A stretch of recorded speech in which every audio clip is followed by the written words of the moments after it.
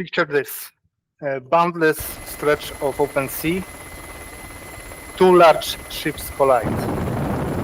And this is not uncommon. How is it even possible? Well, in most cases, it's on human error, but what is interesting that many times when the crew realizes that they are going to collide with another ship, it's already too late to react and to do anything about that. This is because the ship's inertia in the water resulting in its inability to change direction on time. The same characteristic can apply to organizations. We could call this agile, business agility, or adaptiveness. But organizations do not collide with each other. Rather, agility or adaptiveness help them to navigate and stay relevant around the competition on the market. We could call this business resilience. So basically, agile is a parameter of an organization, and the North Star of a most agile organization would be the organization that has the ability to work on whatever they want, at whenever, at no extra cost. So this is agile. What does this mean? Why this is not? Let's do it.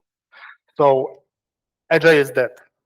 Again, I see this trend now, and I won't discuss why this is happening, but I see it in Germany, in Spain, in UK, and probably also in Poland. And this doesn't have anything to do with the organization as agile is it or not. It's have to do more about the community as us. Why is that? So the leaders, the managers, the C-level is disappointed in us because we doesn't solve their problem. So what do? They reach out to people who solve different problems for them. Who are? Any idea? Consultants? No. That's why Agile is dead. Actually, no. No Accenture. Who on everyday solves the C-level problems? The software developers. But what is the problem of software developers? I know that because of the last survey that there are here software developers. So the problem with software developers is that they don't use data to make decisions. Then they don't use system thinking to make decisions. Why is that? Because they are not used to. Why is that? So usually a developer codes something, press F9s, and already it compiles, the test runs, and he already knows if his decisions were right or not because he had got a feedback. We never hear, Mike, what are you waiting for 3 months? Oh, I'm waiting for the result if my code works or not. So they are not used to. So how they actually make decisions if they are not using data, if they are not using system thinking? They use common sense. But what is the problem with common sense? So common sense is not actually very common. So in the language of system thinking, what does it mean? So many times when the C-level comes to the architects, to senior software developers, they bring to them not actual problems, but problem symptoms. And you can address problem symptoms in 2 ways.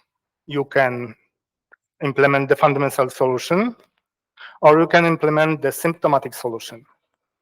What's the problem with symptomatic solution is that it actually brings us more away from the fundamental solution. Example, I'm a smoker, I get a smoker cough, and I could just quit smoking, the fundamental solution, but I could buy pills that make me cough less.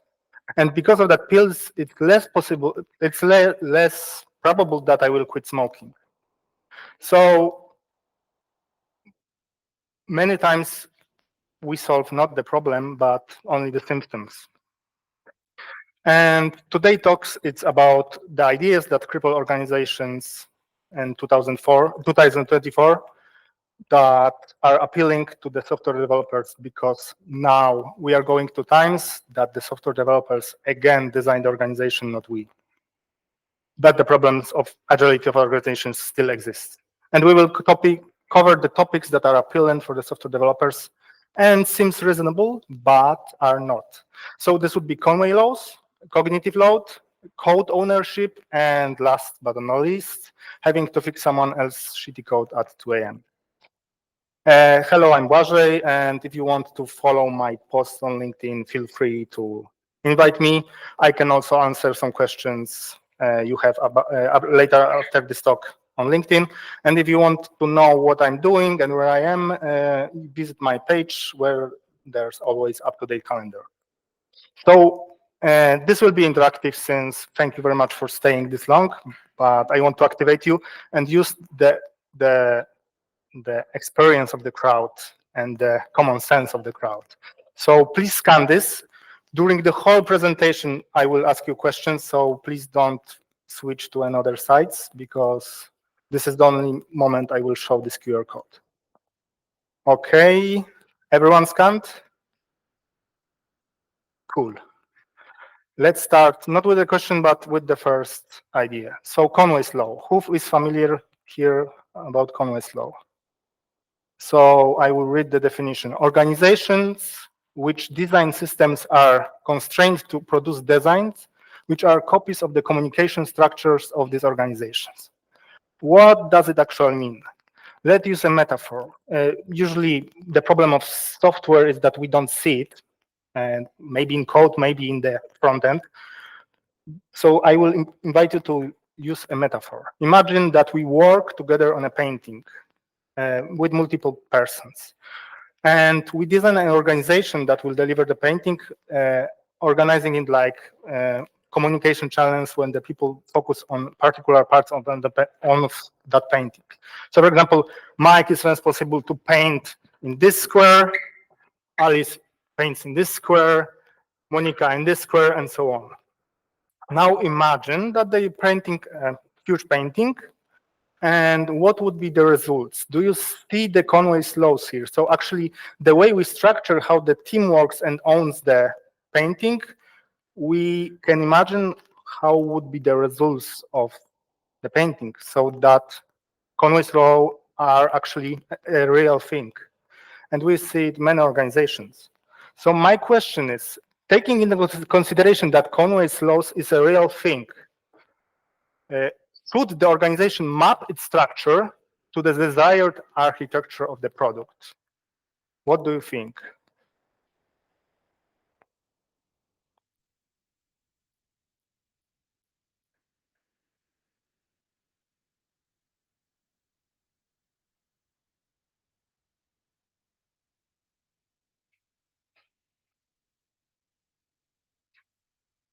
Okay, I got some answers. I will hurry up you, so let's practice answer fast. So before commenting that, I have to you another question. What is the probability that the architecture of the product will change over time?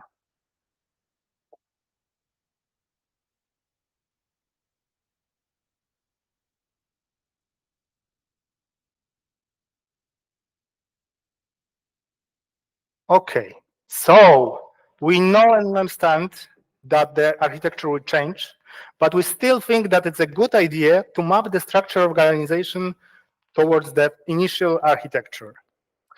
This is the trend right now I see, and we see that it's crazy. So the question to you is, Conway's law is real, but maybe there's a way to avoid it. How we could structure the work of the team so the constraints they have won't result in the end product.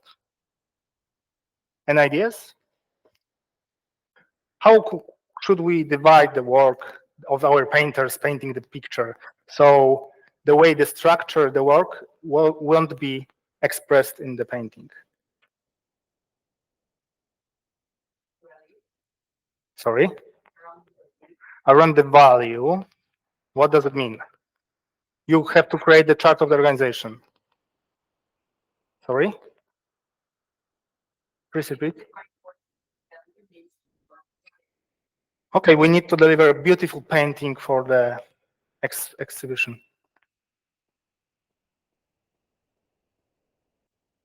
Okay, I won't hold you with this. So you have Conway's law because people don't share ownership. If people share ownership, there's no Conway's law. So instead of assigning parts of the product to individual teams, we tell the whole product is owned by all teams. How this is expressed in software development, we don't assign individual microservices or components to the teams. We give them access, not only read, but also write to the whole product. Insane, I know. So the problem here is that developers are really scared about this idea that they would code in a big whole product, different features, and they don't know about it. This is why this other idea is trending, cognitive load. What do you think? What is this?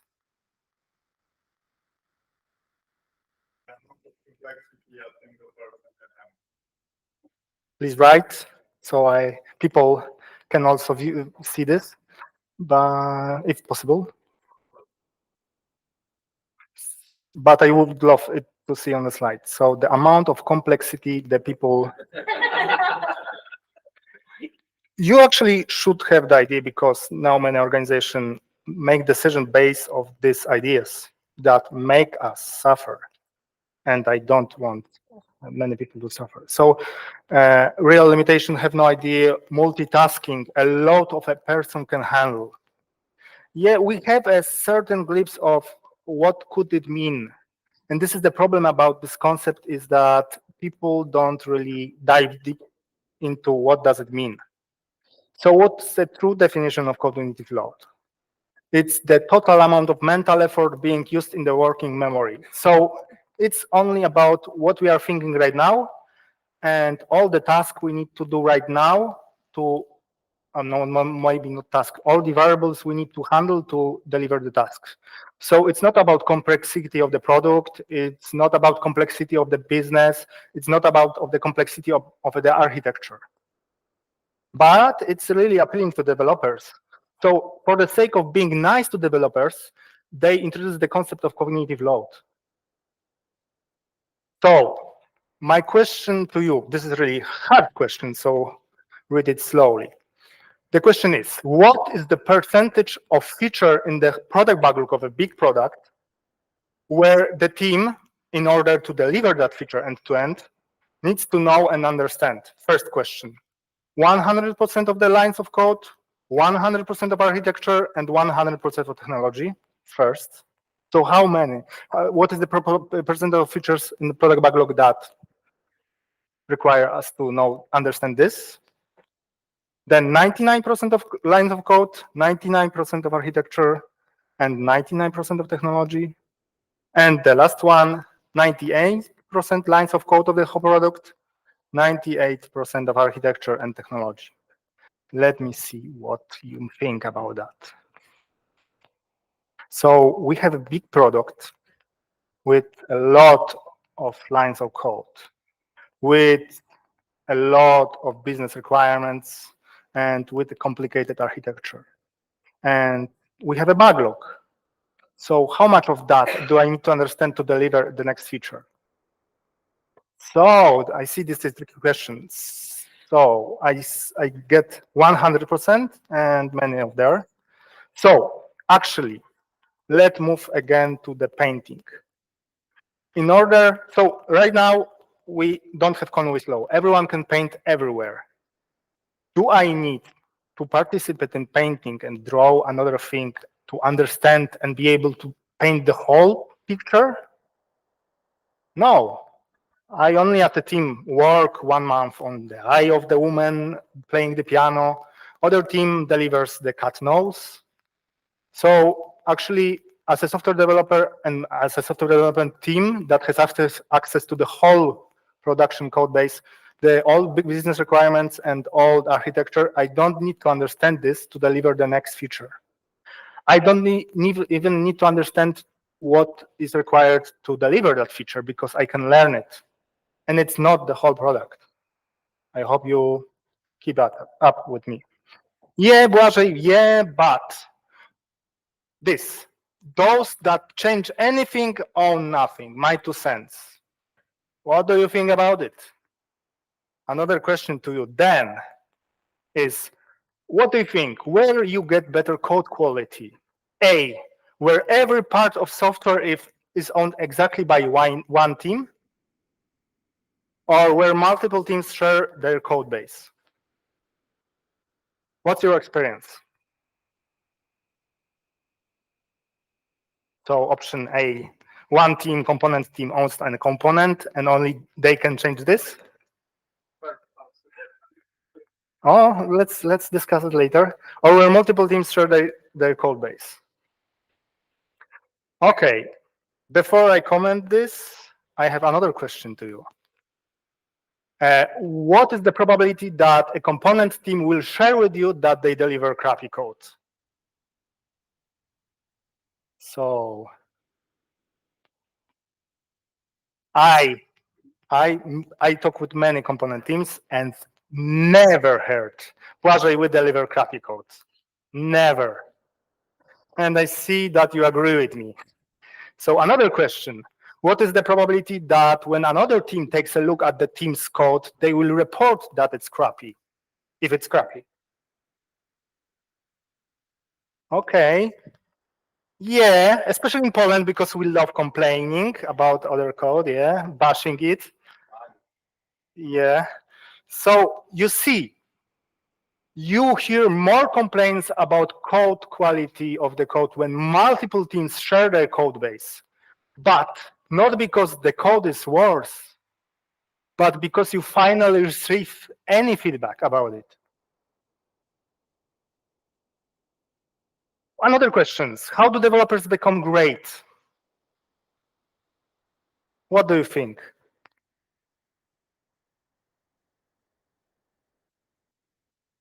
Practice, experiments, learning. After hearing feedback, yeah. A lot of ideas. Because they're brave. Okay. Great. What I would add to it is, if it's not here, is musicians, artists, painters, and software developers become great when they see and copy others' works. So when we have organization, when every development team owns their own component, they lack the possibility to learn from other people's code. What is this kind of design? And this is trending right now. So going back to cognitive load, it's not that it's not existing. So the trend right now tells us to, because of Conway's law and cognitive load as they sell it, to assign each individual team to each individual part of the product. This is already discussed. This is not a great idea. So how, in other ways, we could reduce cognitive load? We could avoid multitasking. We could, again, multitasking. We could run a pulse check. Relations, documentation, build trust and be open. A lot of ideas, thanks. Limit work in progress. Communication. Avoid notification. Stay focused on small things. Common practices. Narrow area. So narrow area, we discussed actually the problem of narrow area. So how extreme programming and software development addresses this topic of cognitive load? I know this is many bullet points, but because of that you can take a picture. Yeah, I already see. So how to actually reduce the cognitive load without impacting the system? We could simplify, automate, and standardize, and this results in reducing switching cost.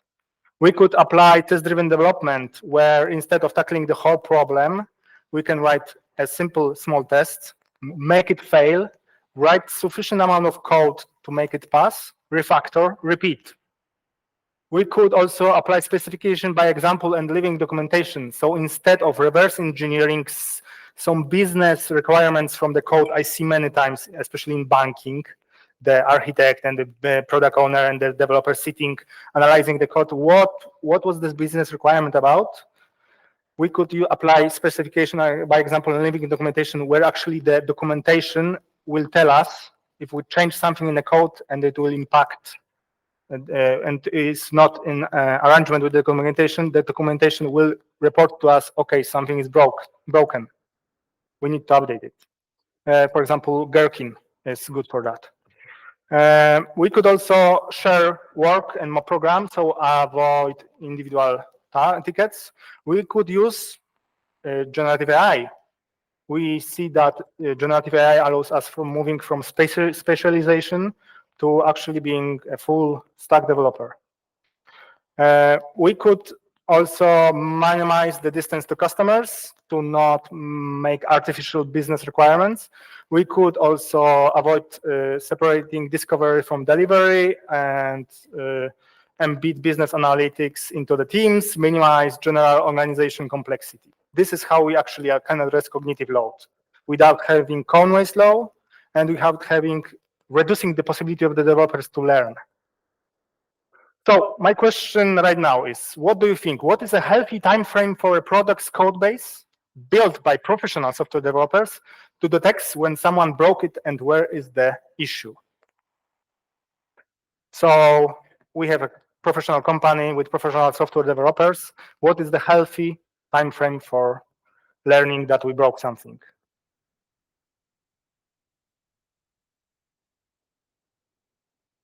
Okay, I got some answers. Here, I lack the legend, so could anyone help me what the majority says? What is the healthy?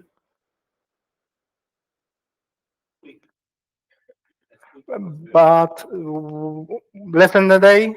Less than an hour? Less than a day. Okay, so we see what professional development means. So let's address another topic that is covered by the trending bullshit around right now in 2024. So another catchphrase, we need to address the problem of getting woken up at 2 a.m. when a service goes down. So they're basically telling that the problem is that when something breaks up, someone gets called at 2 a.m. who didn't broke it. And this is basically the problem. So the solution would be if we assigned individual teams to part of the products, we know who should be woken up because we should woke up the people that broke it. Doesn't address the problem. It only addresses the symptom because the problem isn't that the bad person is woken up at 2 a.m. The problem is that anyone is woken up at 2 a.m. So the concept I'm mentioning today are from the book Team Topologies. Don't buy this book. I will recommend you some other book, good to read. And one of the reasoning they say is exactly this. So I'm a more advocate not of team topologies, but less. And in less, we always know who should do something, but we don't know and we don't care who to blame. Okay. But we talk about the strengths, but how actually do the new trends impact agility in your organization? Great, I'm in time. Some other questions to you. What do you think? What is the likelihood that when we have individual teams assigned to parts of the product, to microservices or components, so we apply team topologies. What is the likelihood that a customer-centric end-to-end feature will require work exactly in one component? Yeah, I agree with you. The customer doesn't care about how we structure the organization and what microservices. They don't tell you, I want this button, do exactly this in this microservice. So you see that it results in what? That when we actually ask for an end-to-end feature, not one team is working on it, but multiple teams. What's the result of that? Another question. If we have multiple teams working on one feature, who is going to do requirements analysis? And if the features span across multiple components, who is going to do this? What's your experience?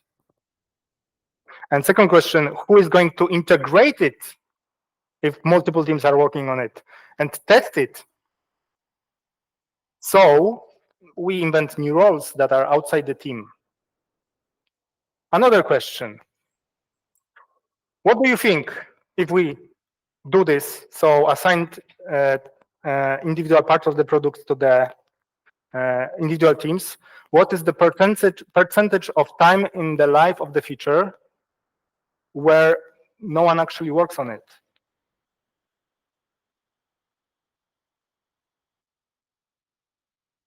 What's your experience?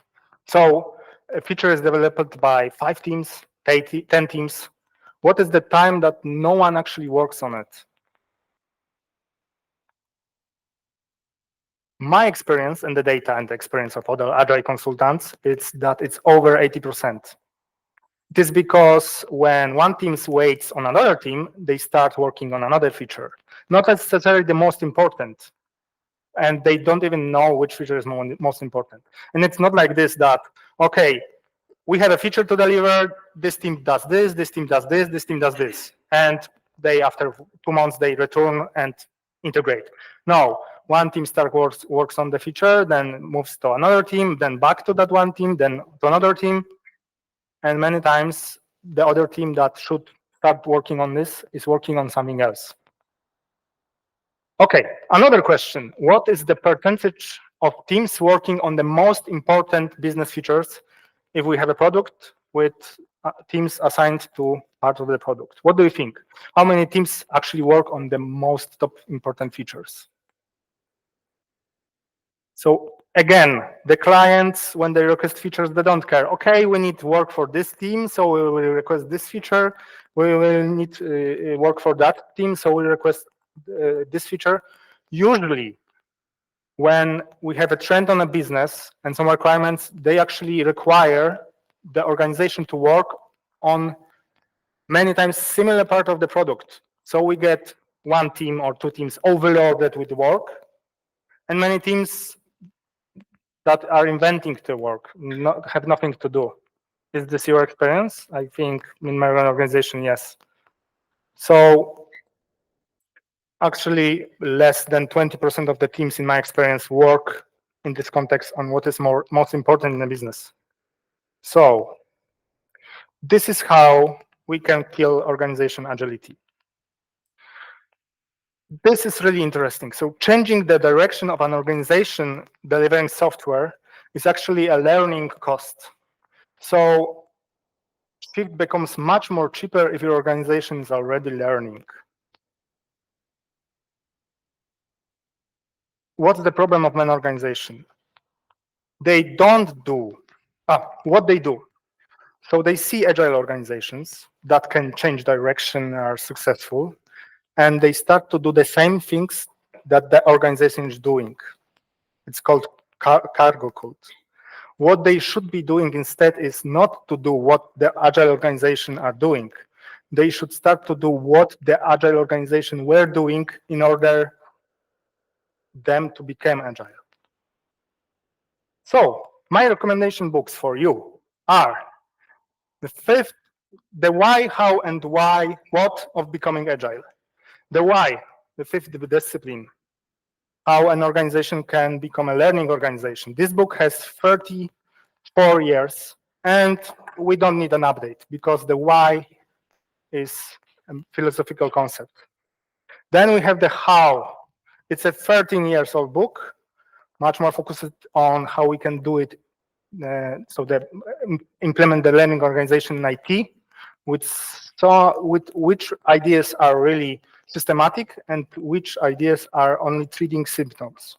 And we have also the what. The what should we be updated as soon as possible, because the what is actually practices and techniques, software development techniques that are currently trending. So this book has only 4 years. I really recommend you Software Engineering at Google. 3 nice reads. Last, as a bonus, because I think I have saved some times, perfect. So as a bonus, so I talked with you about some concepts from the framework, which is called team topologies. I'm an enthusiast of less. We have also Spotify model, Save, Scrum at scale, etc., etc. How do you detect a bullshit framework? So a bullshit framework is a framework that promises you save some money. And this is how team topologies says that they save $1 million per year. So they saved it because the engineers' cost per day was this, and they were blocked 1 hour in 8 hours day. So the day block per day was 260, and cost of the blockers per engineer per year, blah, blah, blah, blah, blah. Why this is bullshit? Because the earnings of the organization is a sum of many things, not only the framework. And also, if the developer is blocked, he doesn't work. We are humans. Maybe he thinks about something, maybe he socializes, maybe he do something more productive, or maybe he learns, maybe he refactors code. So feel free to scan this QR code, visit me on LinkedIn, and feel free to ask questions there, and see you on other conferences around the world. Thank you very much.